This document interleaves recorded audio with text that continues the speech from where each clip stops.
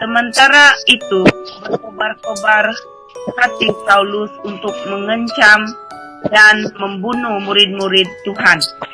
Ia menghadap imam besar, ayat 2, dan meminta surat kuasa daripadanya untuk dibawa kepada majelis-majelis Yahudi di Damsyik, supaya jika ia menemukan laki-laki atau perempuan yang mengikuti jalan Tuhan, ia menangkap mereka dan membawa mereka ke Yerusalem. 3. Dalam perjalanannya ke Damsyik, ketika ia sudah dekat kota itu, tiba-tiba cahaya memancar dari langit mengelilingi. 4. Ia rebah ke tanah dan kedengaranlah olehnya suatu suara yang berkata kepadanya, Saulus, Saulus, mengapakah engkau menganiaya aku? Jawab Saulus, siapakah engkau, Tuhan? Katanya, akulah Yesus yang kau aniaya itu. 6. Tetapi bangunlah dan pergi ke dalam kota, di sana akan dikatakan kepadamu apa yang harus kau buat. 7. Maka termanggul-manggullah teman-temannya seperjalanan, karena mereka memang mendengar suara itu tapi tidak melihat seorang juga pun. 8. Saulus bangun dan berdiri lagi membuka matanya, tetapi dia tidak dapat melihat apa-apa. Mereka harus bersetuju dia masuk ke Damsyik. 9. 3 hari lamanya ia tidak dapat melihat, dan 3 hari lamanya ia tidak dapat makan dan minum.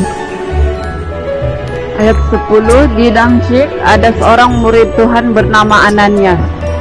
Firman Tuhan kepadanya dalam suatu penglihatan. Ananias, jawabnya, ini aku Tuhan.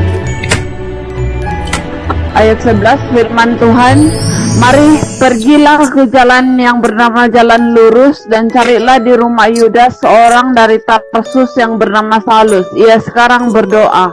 Ayat 12, dan dalam suatu penglihatan ia melihat bahwa seorang yang bernama Ananias masuk ke dalam dan menumpangkan tangannya ke atasnya supaya ia dapat melihat lagi. 13. Jawab Ananias, Tuhan, dari banyak orang telah ku dengar tentang orang itu, betapa banyaknya kejahatan yang dilakukannya terhadap orang-orang kudusmu di Yerusalem. 14. Dan ia datang kemari dengan kuasa penuh dari imam-imam kepala untuk menangkap semua orang yang memanggil namamu. Firman Tuhan kepadanya, pergilah,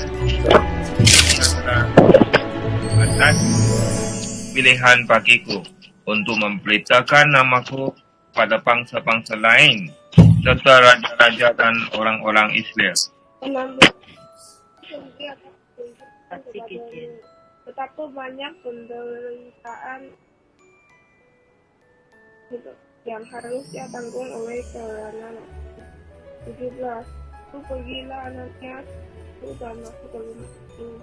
Dia melambangkan tangannya ke atas punya Saulus satu Tuhan yang telah minta diri kepadamu. Jalan kau lalui telah menyuruh kepadamu. Saya engkau dapat pergi dan dan seketika itu juga seolah-olah selaput gugur dari matanya, sehingga ia dapat melihat lagi.